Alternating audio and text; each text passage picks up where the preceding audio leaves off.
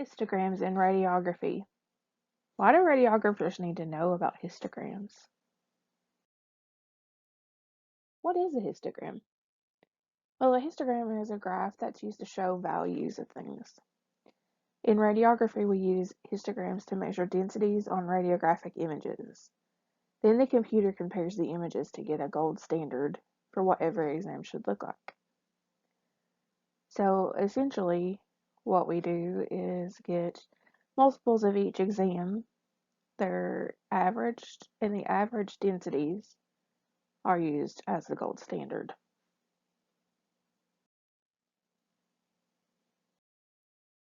So why does a radiographer need to know about histograms?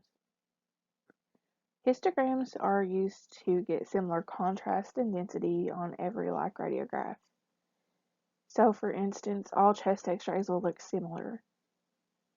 All knee x-rays will look similar. All elbow x-rays will look similar. Because our machine is going to use those average densities that it has calculated to help us get a density and a contrast that's similar to what we've used in other images.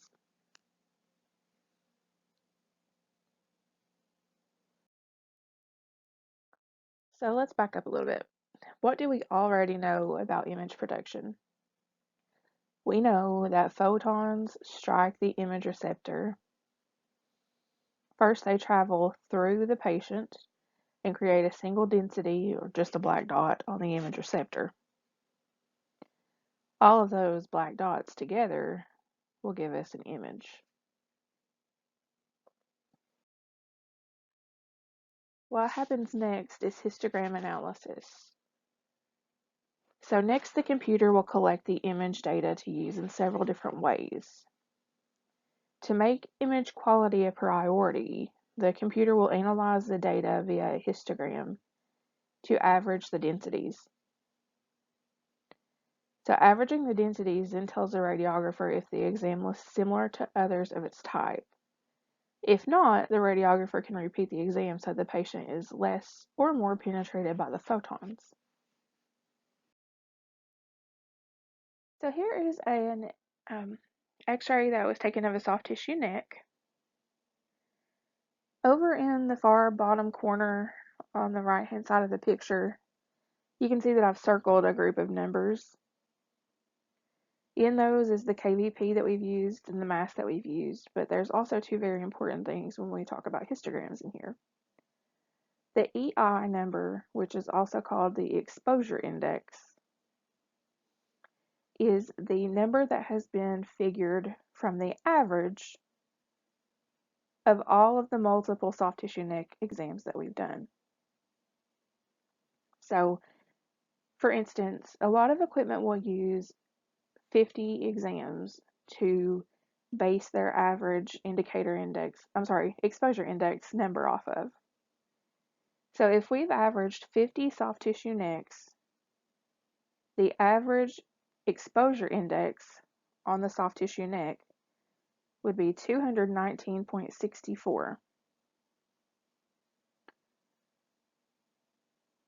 The deviation index is what's important for us to look at after the exposure index has been created.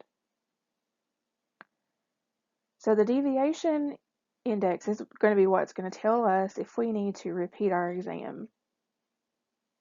On this particular Samsung unit, if you have a minus number that's in the red, or if you have a plus number that's in the red, you need to repeat your exam. Numbers that show up as yellow or green are good. Now, if you have something that is minus, let's say like we have here, minus 3.57, that means that you need to increase your exposure values, so your KVP and your mass, to get your exposure on this radiograph up to the average. If it was plus 3.57, then you would need to decrease your exposure values, your technical factors.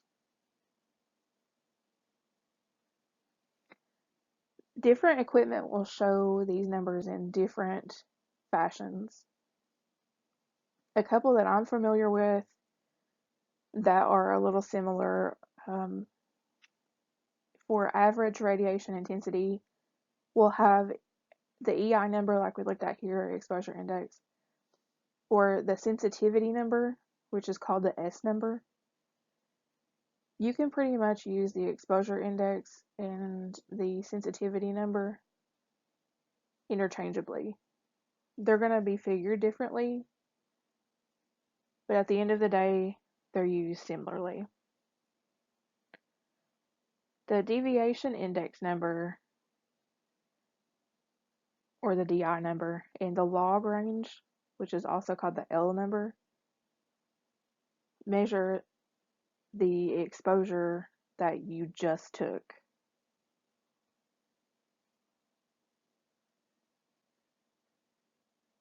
So on this exam, the exposure that we just took with 83.7 kVp and 4.0 mass would be our log range, or L number, or our deviation index. Sensitivity value, or S value, is also something that goes along with the L number and the S number, and that's used to determine air current dose.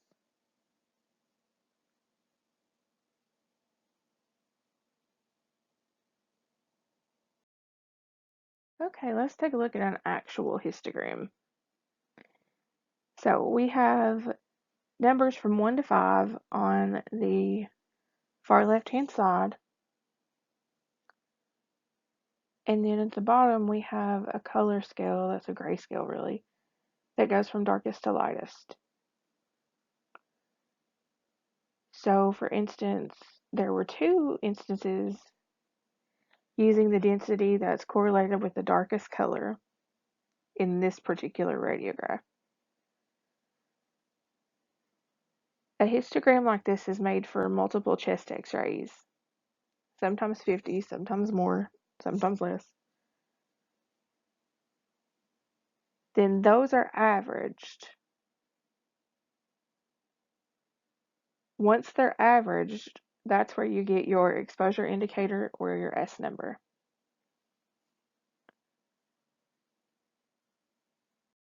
There are several important things to remember when you're using histograms for digital radiography.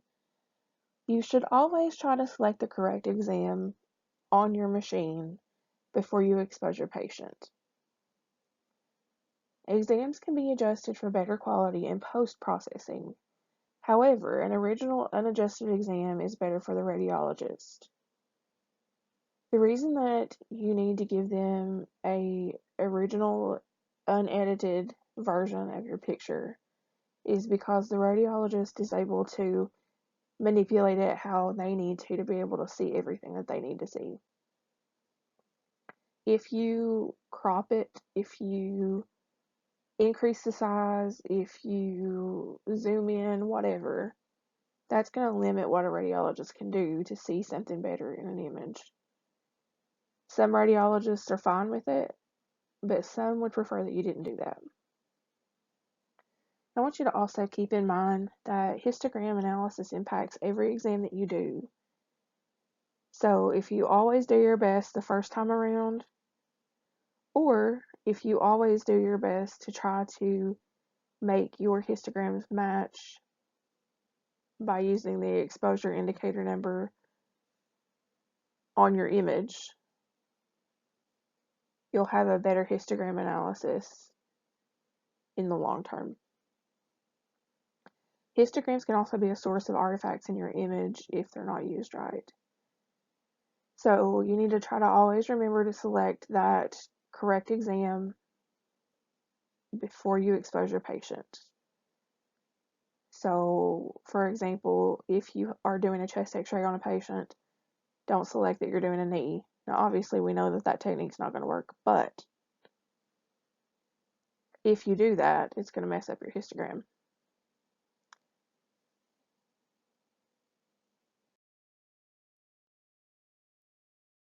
just a little funny here. Everybody at the VSRT seminar, when you go, is going to be talking about Bouchon and his penguin friends.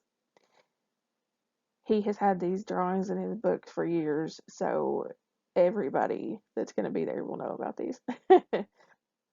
This drawing is in your textbook on page 359, and it kind of gives you an idea of what a histogram looks like in a different perspective.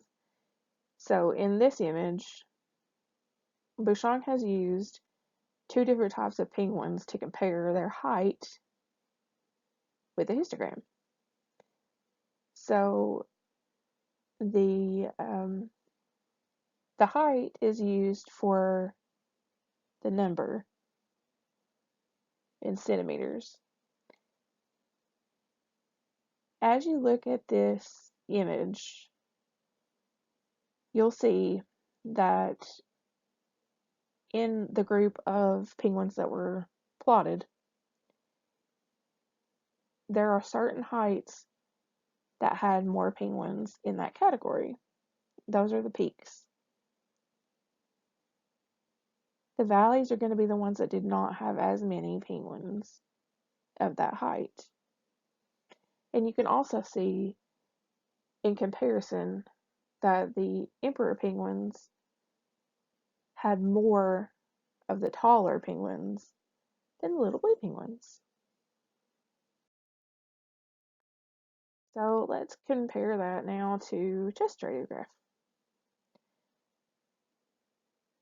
In this little diagram, I believe this is from page 361 in your book, you'll see figure A is a simulated chest x-ray. It gives you a general, here's a few colors, let's plot this on a histogram kind of image. Makes it a little easier for us to understand. So the collimated edge is going to be completely white. That's going to start all the way in your far left corner of your histogram. The really dark edges around the body, where all of our photons are striking our image receptor, are going to be on the far right hand corner in the raw data. Everything else is going to be in the middle. So since there's more lung tissue than there is mediastinum, you're going to have a bigger peak in that area.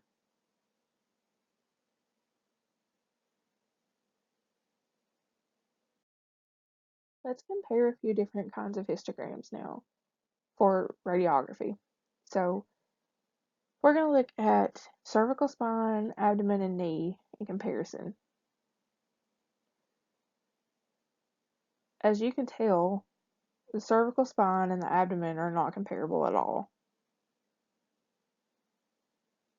If you were to shoot an abdomen x-ray under a cervical spine technique, the histogram is going to be completely confused and try to correct the image that you've taken and make it look like it's supposed to according to the histogram that you have selected on the machine. Since they don't really correspond very well in a histogram, it's not going to work out very well with your post-processing. So in closing, histograms graphically represent an X-ray image. Several images of the same type are analyzed through histogram analysis. An algorithm is developed in the software which helps you decide if you've taken the best quality exam for your patient. And that then helps you to be able to adjust your technique or your SID or what have you accordingly. You should always, always, always choose the correct histogram before you press the exposure button. Some equipment will have a feature where you can go in and change your histogram post-processing. To be honest though, I'm not convinced that that actually helps it will change your exposure indicator, but if you've not selected the correct histogram, your AEC may not be right, your technical factors may not be right, your contrast could be off, your density could be off, and you could even have some artifacts depending on where you've gone wrong. So the first thing that you should do every time that you take an image is make sure that you have the correct histogram selected first. Most equipment these days is going to have a automatically generated HisRis is what we call it, which will tell you what your patient's name is, their birthday, that kind of thing, but it will also tell you what kind of exam that they're there for. The majority of the equipment that we have out now with digital is going to automatically select the histogram for you, so you don't have to take that extra step. I notice sometimes with patients, when I go ahead and pull up their exam to shoot their, let's say, chest x-ray, just because that's what we mostly talked about.